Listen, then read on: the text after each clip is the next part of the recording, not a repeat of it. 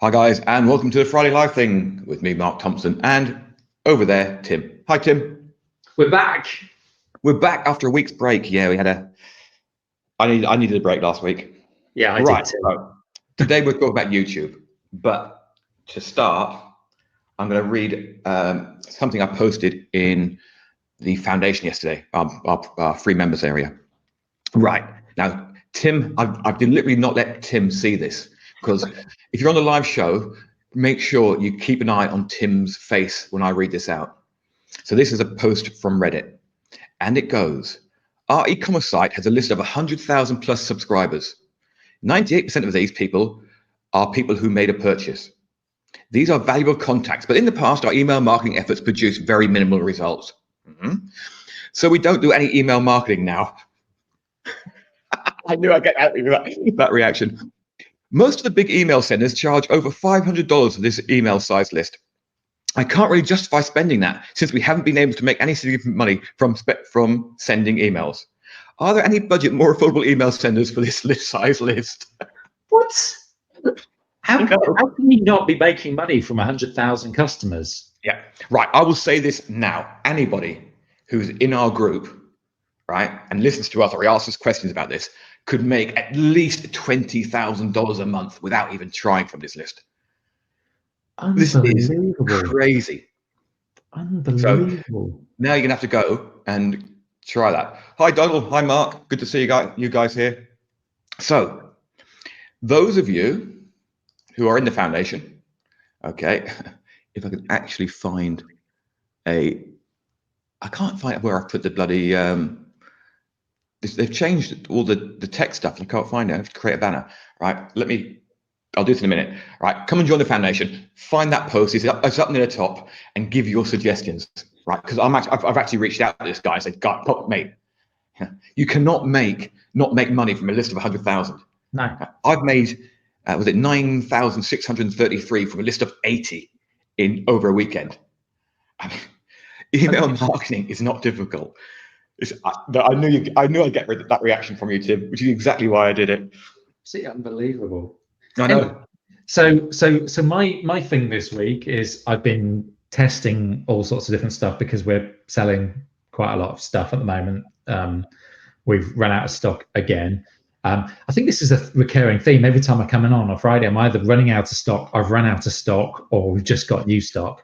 You've got to stop selling so much. We sold a hell of a lot of stuff. Anyway, I was testing a few things because I was like, we have this offer because, as our good friend Peter Spapen always tells us, the offer is the king. You've got to get the offer right. I've been testing different offers. Oh yeah, below there's if you're not a member of the foundation, join. There's a link below. We've got some really good stuff in at the moment. So I've been testing an offer, and I've had this one offer which has been working really, really well for us, which is basically £45 for a bundle of the main product, and you also get a shaker and one of our other products for free and free shipping. So £45, and that gives us around about £15-16 to acquire a customer. It gives us a little bit of room, but it's on Facebook, for example, getting a new customer for £16 is really, really hard, especially in the health niche. So I thought, well, why not offer the same bundle, but instead of for 45, offer it for 55? So I've just been running a test, and there's two things I've discovered. The first thing I've discovered, I've ran this test for about a week, and I did my numbers this morning, figuring out which one works better. Obviously, the £45 one, we sell more. We get more conversions. So we get around about 3.2% conversions at the moment, which is a little bit low.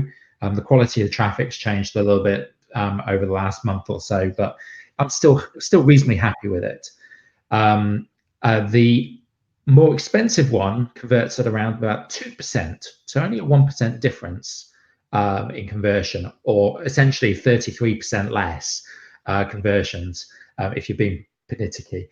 But what's important is actually the cost per acquisition versus the average order value the order value that they were, we're essentially getting £10 extra profit. So, give or take, depending on VAT and all that kind of stuff. But it actually works out that even though we've made slightly less sales, we've actually made more profit. And you saved on stock. We're sorry, and we've run out of stock. Yeah, so by making fewer sales, you actually save some more stock. Yeah, but that's very true. Yeah. So one of the interesting things to kind of think about when you're running these tests is like, don't kind of dismiss the fact that you've got to just about break even or this kind of thing. Try a completely different price point. And I was like, well, £10 extra, that's a big old jump, but it's still a great offer compared to the actual retail price of the bundle. So certainly worthwhile trying. The interesting test was the mistake I made. So as is always my want when I set up tests, I always fuck something up. So I set up the test originally, and I forgot to change the URL on the buy now button to point at the right product. So instead of it basically the sales page said £55, the checkout said £45. Now, here's the crazy thing: is we were getting just as many people clicking through to the checkout page, but we were getting more conversions, obviously, because they saw £45 at checkout. That wasn't the interesting bit. The interesting bit was the upsell that we have on the back end. All of a sudden, we started making loads of upsells of like, an additional tub or a triple pack of our stuff. So instead of making £45 on a sale, we were making 75 or £165 on these sales. I'm like, holy crap! Just because they saw £55 on the sales page, they saw 45 on the checkout, and all of a sudden they felt like they were getting a great deal. So when it came to the upsell, they were like, oh, even better deal. So that's going to be my next test, is to run that as a proper test.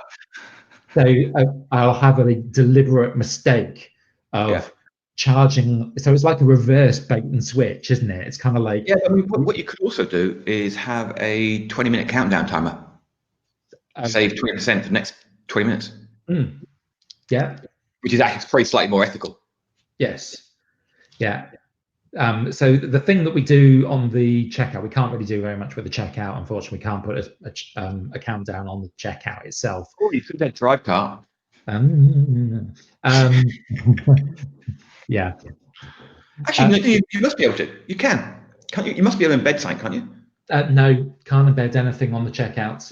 It's the one thing that's restricted with Shopify and Shopify approved checkouts, is that there's a certain layout that you have, and that's it. You can't do anything with it. So, which is a bit of a pain in the bum. Do that on the 18th century ClickBank. I know, but you can ridiculously. You can have a countdown clock, which we do, a countdown clock on the upsell pages. So like the one-click upsell page has a 10-minute countdown, right? Okay, cool. Anyway, but yeah, just interesting seeing like what the psychology of people is when they actually commit to a certain price, they see a lower price, and ultimately what they do end up spending is really, really interesting. So well worth testing those kind of things out. So hopefully that's a bit of a knowledge bomb for some folk who do e-commerce. To try some stuff. So we're going to talk about YouTube today. We're going to talk about YouTube for a very good reason. I hate Facebook. Well, no, actually, one of the reasons why we want to talk about YouTube is that I've spent, and Mark as well, over the last month or so, we've kind of gone deep into figuring out how this whole thing works. Because as good as Facebook is, or isn't in some cases, as good as Facebook is for conversions and all that kind of stuff, it's bloody expensive. As I say, we're spending £16. We're actually spending about £20 to acquire a customer with Facebook at the moment, which is ridiculously expensive. And it makes the game really, really hard if you're selling a low cost product. So anything less than about $30, it makes the game really, really hard to actually make it work. YouTube, on the other hand, and there's reasons why Facebook is so expensive, is because they've essentially run out of inventory. They said that they ran out about 2 years ago, and they keep on adding more different ad placements on Facebook, and they have done over the last 2 years. And still basically they're complaining that they've essentially run out of inventory of the place where we all want to put our ads, which is the Facebook news feed on a mobile device. That's where the majority of the traffic still is. So they've tried in having Instagram or Instagram as being your placements, or their wider ad network as it were. Those things are. I look at my stats, and still the majority of my conversions and the majority of my reach happens on the Facebook news feed. And that's still by far the most expensive placement to be on. So for me personally, I want to find an alternative, so that just in case Facebook decides to go hog wild and go, you know what, we're just going to bump up the prices by another 50% over the next year, because I can't stand that as a price increase. So what's your reasons for looking at YouTube? Well, the interesting thing was I was listening to some podcasts whilst walking along the beach to work. I just thought I'd drop that in there. No, I'm not going to say what I said earlier. Entrepreneur's lifestyle, man. Peter, Yeah. eat your heart out. I will say what I said. I pointed out to Tim that when I used to work in a city in London, right, I'd finish work, go to Brown's, which is a strip club. But I just pointed out to Tim, on my way home now, I see more tits on the beach than I did in Brown's. Oh, we're in trouble. Like, I'm in so much trouble. Sorry.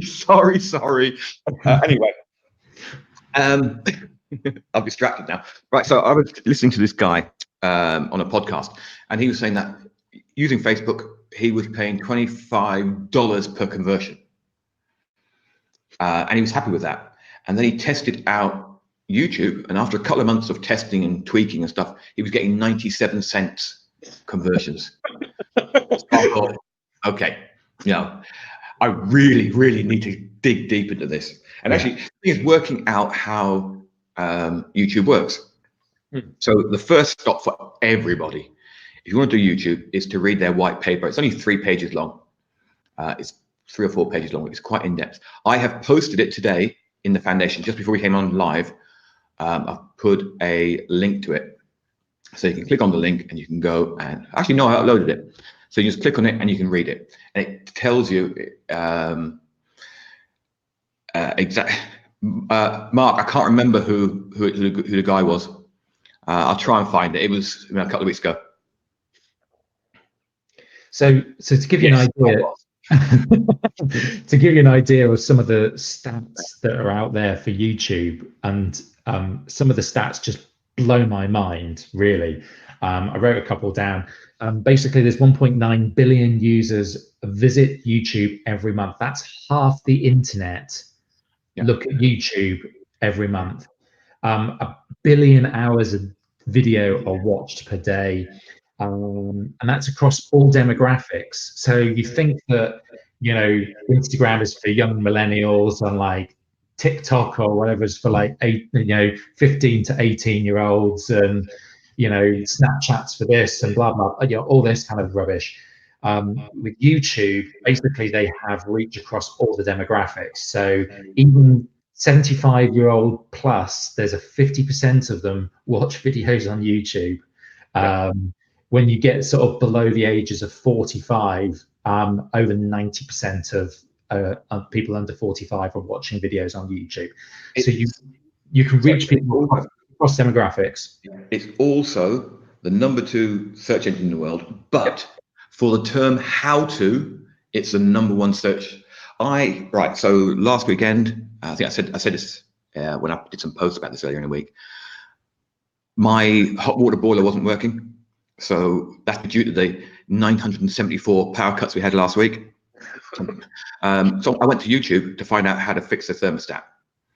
My phone got what they call the black screen of death. Right, so I went there, to find out how to fix it. 2 minutes later, I fixed it. Right, so I'd watched that advert. I'd seen 3 or 4 adverts. I'd seen a load of recommendations on the right-hand side. It's where people go how to. If you want to know, the learning part is huge, because say they reckon that 70% of millennials go there to actually learn something new. And like if you're doing anything to do with product related, they reckon that something like, was it 50,000 years worth of product reviews have been watched. Yeah. Which is just insane. So like, it's a lot more product focused than YouTube, than Facebook. Facebook is essentially still interruption marketing, whereas YouTube, Google is very much about people are searching for stuff already. Yes, they're looking for entertainment as well. A lot of people go there for entertainment, but people do go there for education, how to, learning stuff, and it's people are much more in that mode. So it's worthwhile getting getting on there organically at the very least. Yeah, exactly. I mean, Ian made a great point, and I don't know why it hadn't registered with me before we made it in the thread we had. He said YouTube channel is an appreciating asset, whereas a Facebook video is basically decaying quickly. It's the half-life of a Facebook video is more than uranium or less than uranium. Yeah, huge. And that, I think that distinction says it all. It's like a YouTube video that you create today could still be irrelevant to somebody and still be found by somebody easily in like 4 years, 5 years, 10 years. I have a 7 or 8 year old video on content, and especially what is content curation. I get views on that and comments on that every single day. And it's got to be 7 or 8 years, really. And it's crap. It's the worst video I've got. The production value is 0, and it's still getting people, oh, great, thank you. I've always wondered what that is. And going back to the whole sort of inventory thing, if you're worried about there being running out of inventory on YouTube, the one thing that is different with YouTube is, whilst Facebook has a huge amount of new content going up and people are on there all the time and they're scrolling or whatever, the amount of inventory that's available, people are uploading, I think it's like 500,000 hours of video a day of new content. So there's not really an issue, and there's like such a small number of businesses, something like less than 5% of businesses are actively advertising on YouTube. Mark says, I've been telling you how good YouTube is for ages. Yeah, I know. It's like, it's irritating. And it's like, I've known for ages how good it is. It's just that I just hate creating videos. It's a really valid point. So I did some research during the week. And it's because the reason that YouTube is good for people like us, who are marketers, is it's quite a high barrier to entry. Yeah, you need everyone's got a phone nowadays, which is camera probably. Apart from Anders Brown, who's probably got to go on them flip ones. Good on the dog. Yeah, I know. He's got new teeth this week. Has he? Oh, yeah. Looks smart. Lashes. The barrier to entry is relatively high. You've got to create a video, you've got to edit the video, you've got to upload it, you've got to do thumbnails. Okay, that puts off a load of people. Just like us, people don't like being on camera. I know, it's ridiculous, isn't it? So I mean, that barrier to entry means that I had to look for ConvertBox reviews. There are, I think, 10 videos that come up on YouTube for ConvertBox reviews. If I go to Google for ConvertBox review, I'm down past page 5, 50 to 60 reviews on there. Way easier. Social Media Examiner's 2019 report about YouTube video. No, it's probably on my read. I've got a reading list and a listening list of YouTube that I've got to do in the next week. So that's probably one of them. I will do it. Yeah, I mean, I may even look it up in a second when we're chatting. But yeah, barrier to entry is great because it just means there's very little competition. And the YouTube algorithm is less complicated than Google's algorithm. For example, watch time. The longer someone watches, the more chance, the higher your video will rank. So just to point out to people who aren't in the foundation, there is a video. There's a video on this. Pro. Is it in Pro? Is it okay? So It's if one you're of the not in FMO Pro, you know, there's a detailed video about all of these things, these factors. There's 6 of them. 6. Yeah, it's pretty much. It was, 6 factors which are to do with YouTube for organic, for getting it ranked and improving the ranking for it. Go on, sorry. no, that's what I was saying. I mean, the longer someone watches your videos, the higher you rank. And it's easy to get people to watch more videos. You say, at the end of this video, I will tell you ABC. I will show you a quick way around this. I will show you where to get the cheapest version of this product. Just get people to basically watch your video longer, be entertaining. So I think it was like 5 to 7 minute videos are probably ideal. So rather than do a 15-minute video, cut it into 3 different videos, because then people can go from part 1 to part 2, part 3. You'll get longer view times. Title, description, and thumbnail tags. Thumbnails and tags. They're the only things you really need to pay attention to. Get your content. It's the click-through rate, which is key. It's one of the major factors. So like if your thumbnail is a high resolution, standout, sort of high contrast image, it's going to, rather than it being a thumbnail picked automatically from your video, if you upload it, which I always like. Yeah. Yeah. So just, think about the thumbnail. That helps improve the click-through rate from somebody's search term as they're searching in YouTube. The higher the click-through, the higher your ranking. Yeah. So the main point I want to make there is that this barrier to entry means that most people won't do it. But once you get over that barrier to entry, the rest of it is relatively easy compared to YouTube, not YouTube, Google, damn. And also, if you compare it to Facebook, there's no comparison. Something on Facebook just disappears. And it's also the level of engagement and the level of distraction. How easy is it to kind of yes, there's an awful lot of things that will distract you on YouTube channel to look at another video if you're bored of that video, but generally people are way more engaged with a YouTube video and they'll watch it, and if they start watching it, they have a certain commitment sort of thing where they feel that they need to watch it through to fruition. Whereas if on Facebook, Messenger pings up, or somebody's going live, or there's a cat video half in your view below the video that you're watching. There's a lot of distraction. So with YouTube, the engagement tends to be higher. Yeah, when you're making videos, it's not the video that's important; it's the audio. Audio. So actually, last week I actually went out and bought a new this microphone here. Ooh. Fancy pants. I actually bought it for my iPhone. Where is it? Because it actually plugs into the iPhone, so it gives really, really high quality audio on an iPhone. So I don't know whether you saw. Did you see the video I made the other day, where I was literally just wandering around outside making a video? I didn't see that. Do you ever look at anything I do?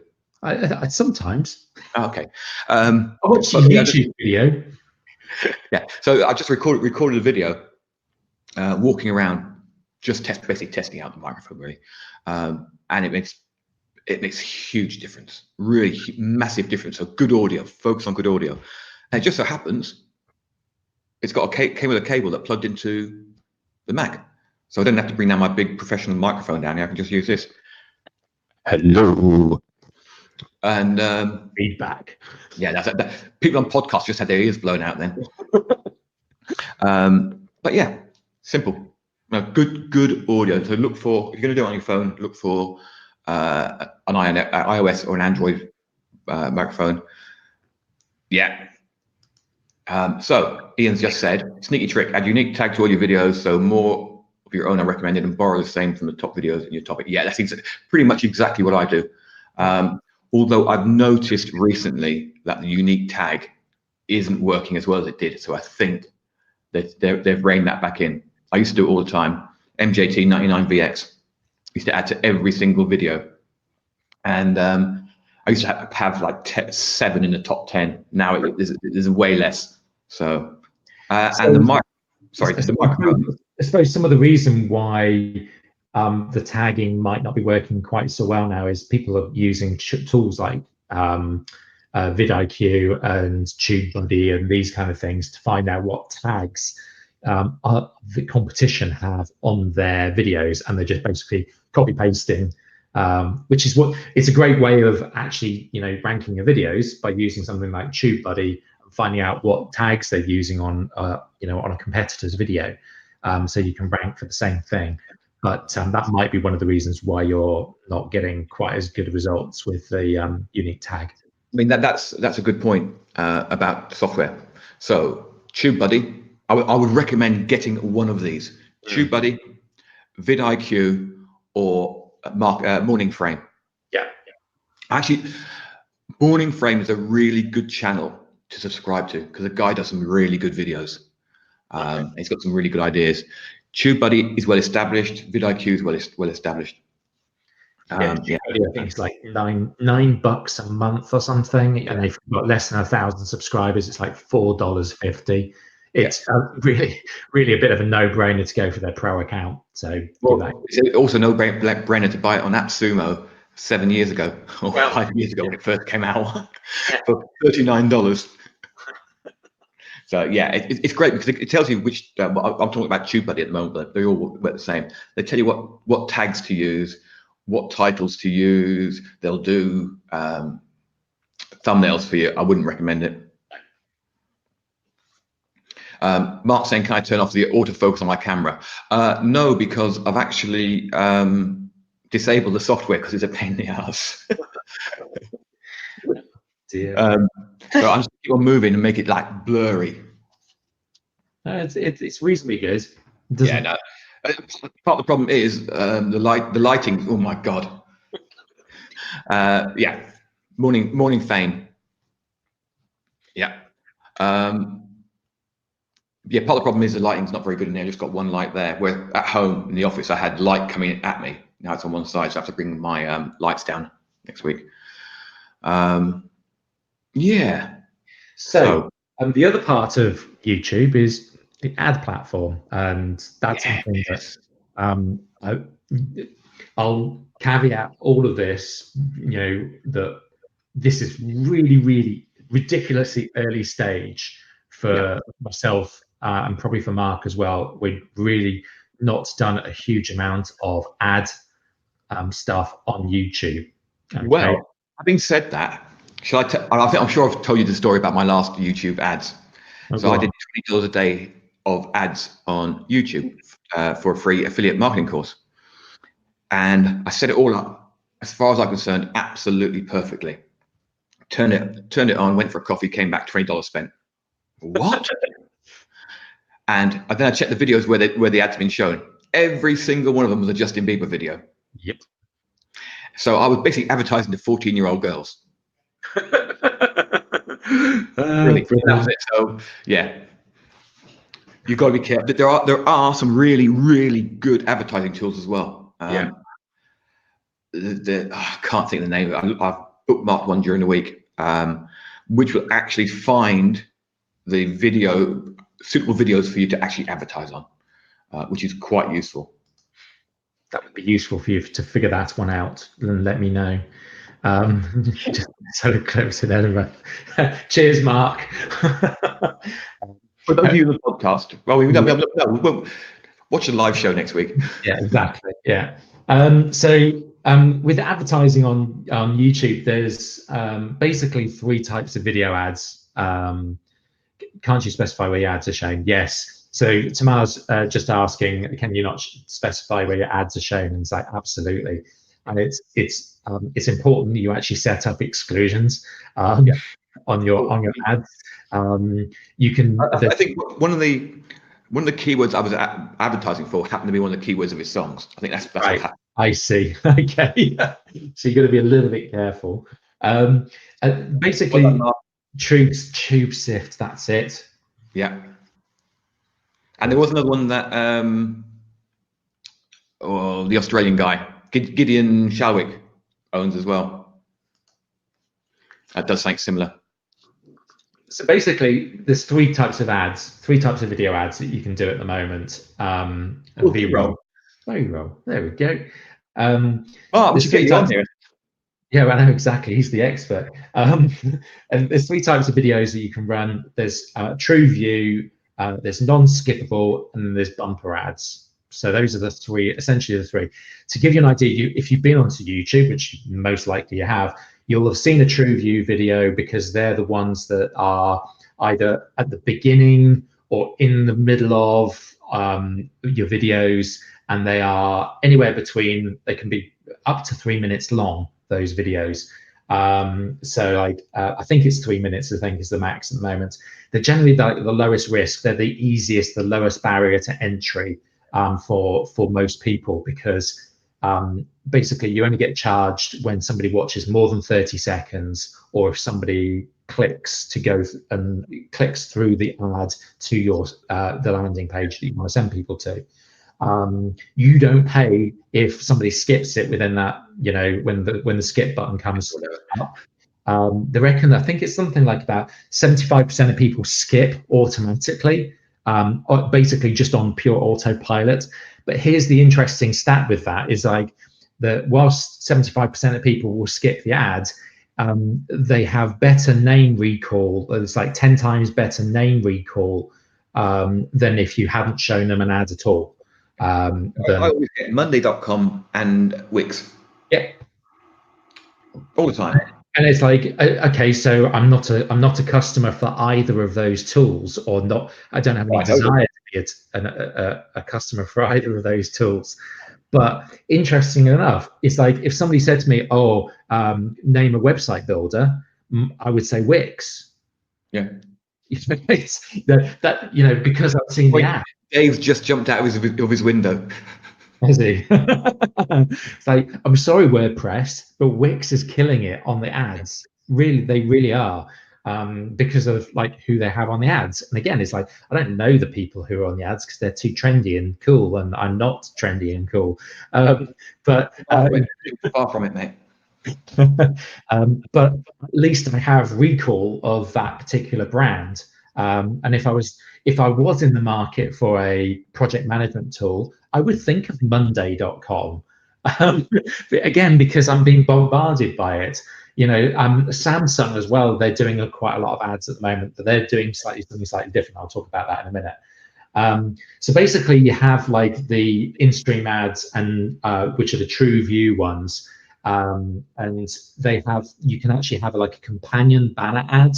So when you go on YouTube, you'll see when your ad shows, on the top right hand corner there is a space for a banner ad for the particular for your brand, for your thing. So there's also the discovery ads, which are kind of like in the search results. So when you do a search for something, it's basically, it will show a suggested video, which is an advert.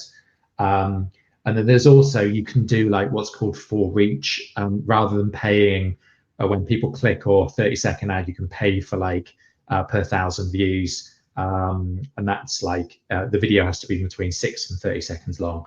The second type of ads you can have is non-skippable, which kind of annoyed people to start with when it first came on, because it was 30 seconds long.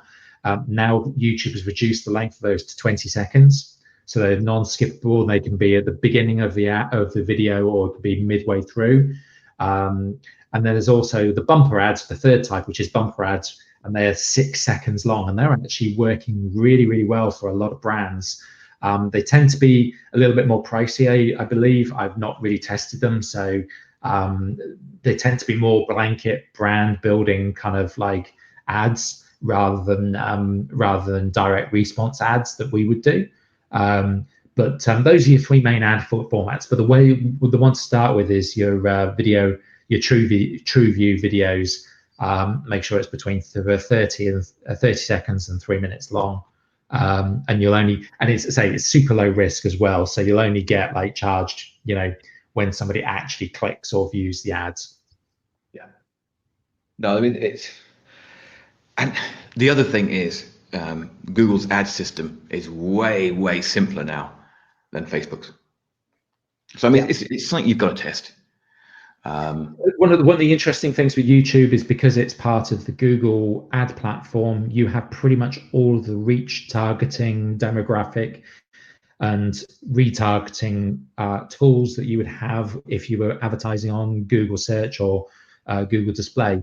So you have an enormous array of different targeting options that you can employ on YouTube, which is pretty spectacular. There's a couple of limitations at the moment, which is really annoying me, with uploading customer audiences. So say, for example, you wanted to upload your customer list, or your email list. You need to have spent $50,000, I think it is, and had an account in good standing for the last 2 years, and blah, blah, blah, blah, blah. That kind of thing. So you need to spend 50 grand before you can upload your custom audience list, as in an email list, which is a bit of a pain at the moment. And also retargeting for some niches, certainly within the health space, are restricted as well. So you've got to be a little bit careful of what kind of ads you run, and what audiences and how specific you are with targeting a particular audience. So, if somebody's looking for, like, genital wart cream or something, you can't retarget them. Because obviously there's a certain health consideration there. Yeah. So usually, I think the retargeting, if you can, it's probably going to be the best part of it. Yes. Because we know that so many people go to YouTube. I mean, there's probably not a day where I don't look at a YouTube video for some reason or another. Right? I'm probably not the demographic market for it, but it's just the easiest. I think I watched two yesterday evening, just while watching TV. Yeah. Now that would have definitely retargeted me. If I'd have seen an advert for, I know there's some stuff I was buying this week. If I hadn't bought it, and been retargeted, it would have reminded me. Yeah. So I can see there's so much power coming, and it's only going to get better. I think one of the interesting stats I was coming across was, at the moment, 75% of the video views on YouTube are on a mobile. However, because of the rise of smart TVs, people are choosing to basically watch TV, YouTube videos on TV. Now, obviously, you don't have the same interaction ability on when it's streamed through a TV as you would do as if it was on a mobile device or on a laptop. So certainly think about, when you're creating the ads, have a clear call to action that is usable through another device. So, like, the secondary watch device.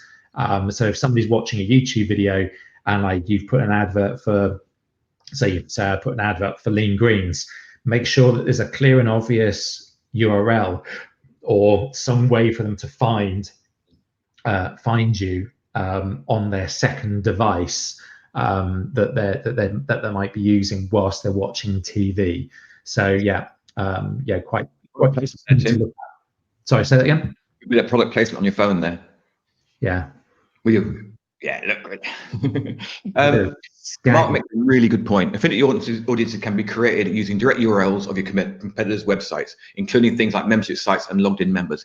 The other thing, which I love, and I love the potential of this, is if you're in a market and you're a small player, right? So you just come in the market, you own a productivity app.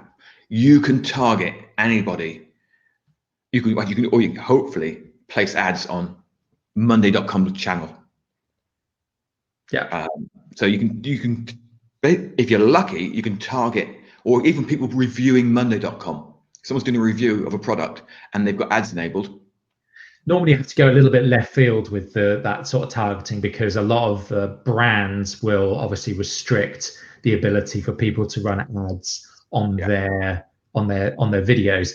However, like, there's a lot of sort of third party reviewers, third party support videos. So say, for example, if you wanted to be an affiliate for, say, for example, a WordPress app, go find Dave Toomey's YouTube channel and advertise on his videos to do with Beaver Builder, because they're they're WordPress users. So that's the way you would kind of hack. The other thing is, we should say this now. Do not go to YouTube expecting to make money directly from adverts. No. I wouldn't even turn on advertising on my channel. Until I was getting a million views a day or 100,000 views a day, then it might be worth considering. But up to that, don't do it. It's interesting, some of the statistics, and which maybe should have said this right at the beginning. It's like you could go onto YouTube and create a influencer channel and become a YouTuber type. My makeup tutorials. Sorry? I could do my makeup tutorials. Yeah, exactly. I could do my hairstyling ones. Your hairdressing tutorials. See, I beat you to it. So you could do that, but I think this current rate is around about, it's like you can earn around about $10 per 1,000 views. So like, which if you're getting 1 million views on your video, winner. But if you're not, exactly. And it takes a long time to get up to like 1,000 views on a video for a lot of new YouTubers. Some of the stats I've kind of again came across for various influencers. It's like, once they got to sort of 2,000 subscribers of their channel, that's when they got a significant bump from YouTube, and then they had another bump at like 25,000 from YouTube, and another one at 100,000 subscribers, and so on and so forth. And when you get to 1 million subscribers, you're into Kylie Jenner kind of territory, and you're making bank. But the thing is like, to get from 0 to 2,000 subscribers on your YouTube channel is super tough. I think the Lean Green's YouTube channel has got 49 subscribers. We started that 6 years ago. It's funny. I literally, on the last video I did, I put up an overlay. It's actually one of the green screen overlays that basically says click subscribe. I'm getting one new subscriber a day now from that, just from that one video, just by actually doing that for a change. So just remind people. Shall I drop a knowledge bomb? Go on then. Right. If you're doing reviews on YouTube, from now onwards, what you should be doing is do a version ConvertBox review, right? Publish it. Then go and re-record it, ConvertBox review 2020. Right. So start getting those 2020 videos up now.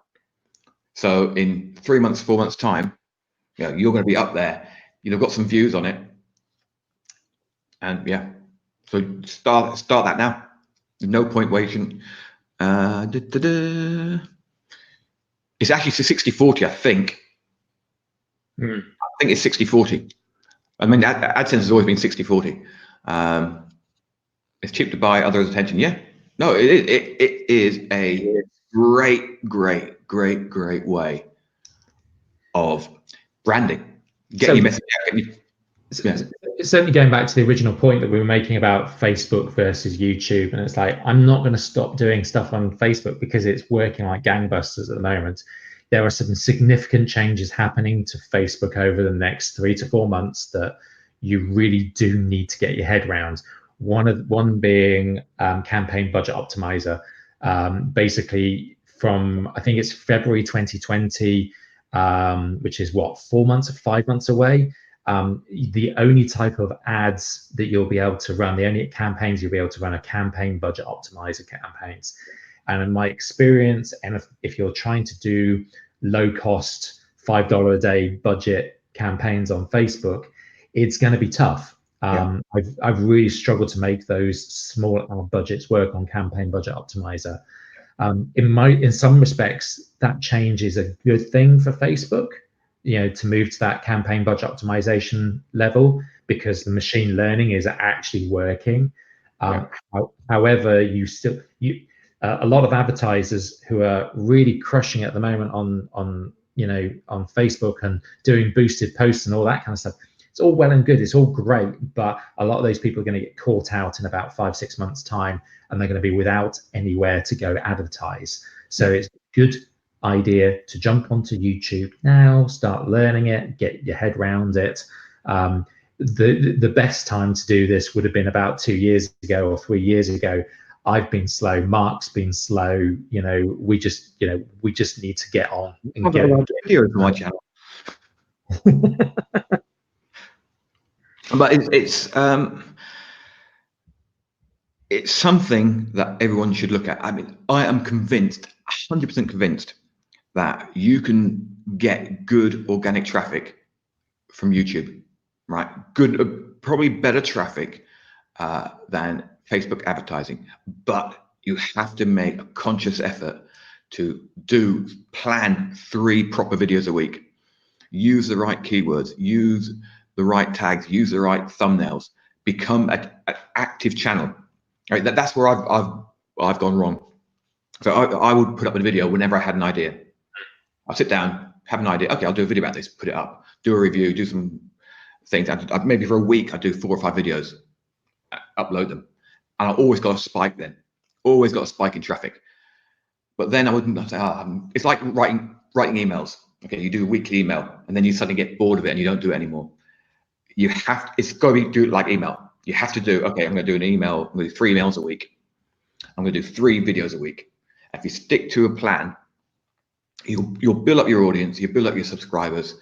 I mean, your channel can grow pretty quickly once people start seeing it, and you've got no competition, so people will see it. People who are looking at affiliate marketing, if you're doing videos on affiliate marketing, which is what I'll be doing, okay, I maybe have 20 or 30 people I'll be up against, okay, but I can still get a toe in that audience. I can't go to Google now and get a toe into the affiliate marketing audience because I'll be down on page 25, right, with my best content. I can get my best content in front of people on YouTube probably today. One of the interesting things with don't go do YouTube out because Mark wants to do them all. Mark, I suspect Tim will be reaching out to you to have a chat quite soon. And we might actually get you on if you want to come on one day. We'll go. Right. Are we saying do both? Yes. I mean, you've got to do Facebook at the moment because it's there. You've got to do. It's still the biggest channel is Facebook. Absolutely. Right. Meant to reach, definitely. Yeah. Oops, sorry. Yeah. You've got Facebook is where people are. Okay, but it's a completely different type of advertising and audience. Yeah. It's like you look at Twitter, right? You can tweet all day long, but hardly anybody. I've got 50,000 followers on Twitter. 44 now, I think. I'm gonna get rid of a load of them as well. I think it was explained we've got a new hire in our office who is doing a lot of our social stuff and like a lot of our content marketing stuff. We're talking about different social channels. We're talking about Twitter, we're talking about Instagram, we're talking about Facebook. And the best way I could describe it to her was it's like tossing a snowflake into hell is by putting a post up into any of those channels. Because as Ian quite rightly says, like the half-life of that is tiny. It's like, it's ridiculous. It disappears like that. It's gone. At least with the YouTube, if you're building, certainly from an organic standpoint, if you're building content on there, one of the actually, that was a good point, where I was going with this. One of the interesting things with the organic side of doing YouTube videos is, especially if you're doing a blog as well, I mentioned this in the 5K method stuff the other week, is that it improves Google's opinion of you. So basically, Google has this thing called EAT, which is expertise, authoritativeness, and trust. And that's how they gauge whether, how useful your content is in the wider world. Basically, you won't get ranked very well if you don't have any of those expertise, authoritativeness, or trust in the eyes of in the eyes of Google. However, if you've got a YouTube channel that's getting people watching stuff, if you've got people subscribing to your stuff, and you've got links back to your original blog post, it will help with your EAT, so your ability for your blog to get ranked better. So the blog and the YouTube channel go hand in hand. So focus on, as we've done within the 5K method, is, you know, you're creating content for your blog, but alongside it, create content for your YouTube channel as well. Yeah, no, it's I mean, the way you know, you're talking about throwing a snowflake in hell. The way I actually describe like Twitter and Facebook is, can you imagine standing on the side of a motorway, or even for a freeway if you're in the United States, and you're looking for a red car, right? And it comes out, whoosh, and then it's gone. And that's like that red car's your posts. How many times have you've seen a post in Facebook when that's good actually, and then 10 minutes later, I'll go back and find that post. Never find. You can't find it. Not a hope in hell. No. Yeah, and that's exactly the same thing with Twitter. Yeah. So YouTube is a lot like, I would put YouTube as a search engine, just like Google, and it's a very specific type of search engine, and it's easy to get in there. It's easy to rank. Why wouldn't you do it? I could call up my YouTube channel now. I've actually showed the stats in some of the videos. A lot of the stuff, was it 30? I can't remember the exact figure. I think maybe 38% of my visitors come from YouTube recommending me to them. When was the last time Facebook recommended anyone to them? apart from Jay Shetty, sorry, did I say it out loud?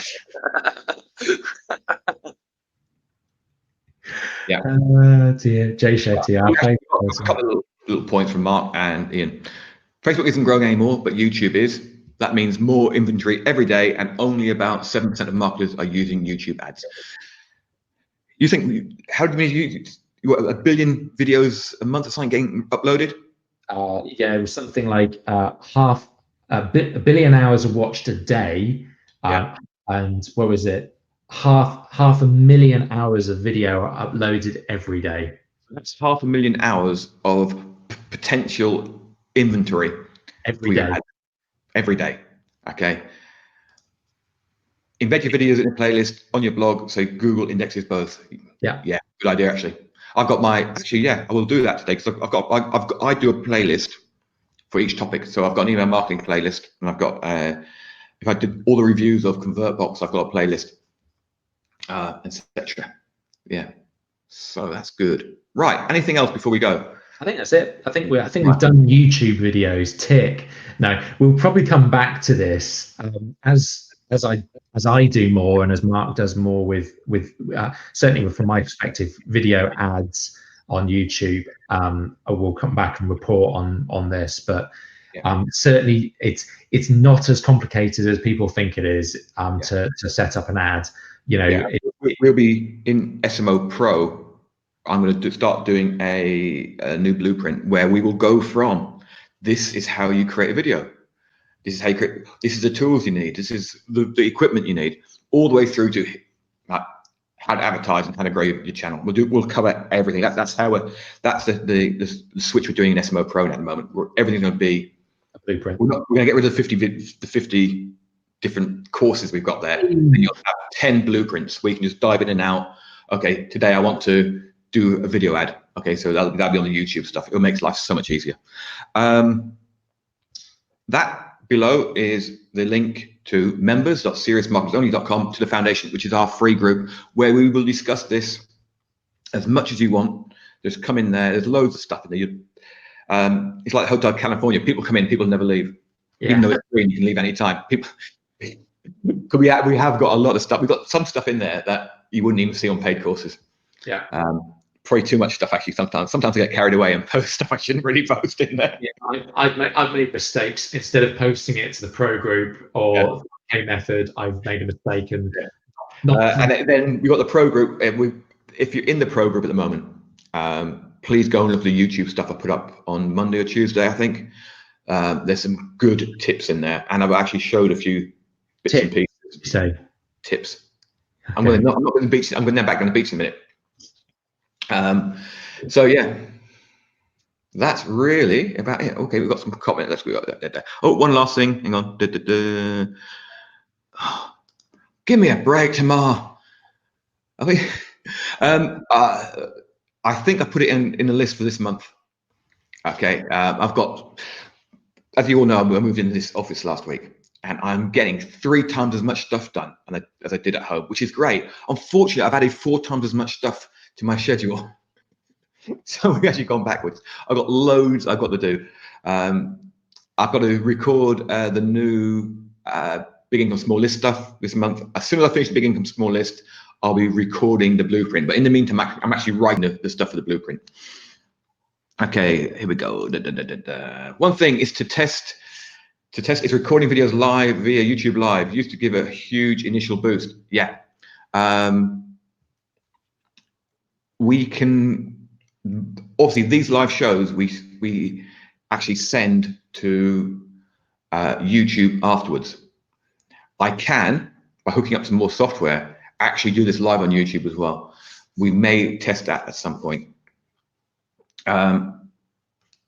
You only sound like we mentioned you twice, Dave, and you weren't even on the bloody show. Cheers, Dave. Yeah.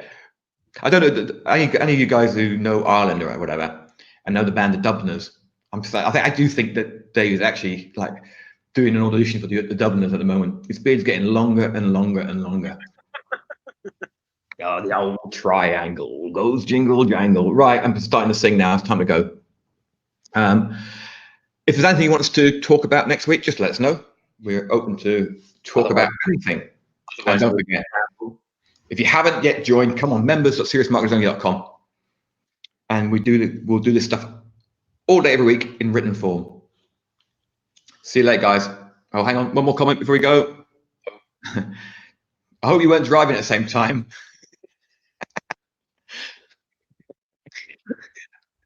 Right, guys. See you later, guys. Have a great one. Bye.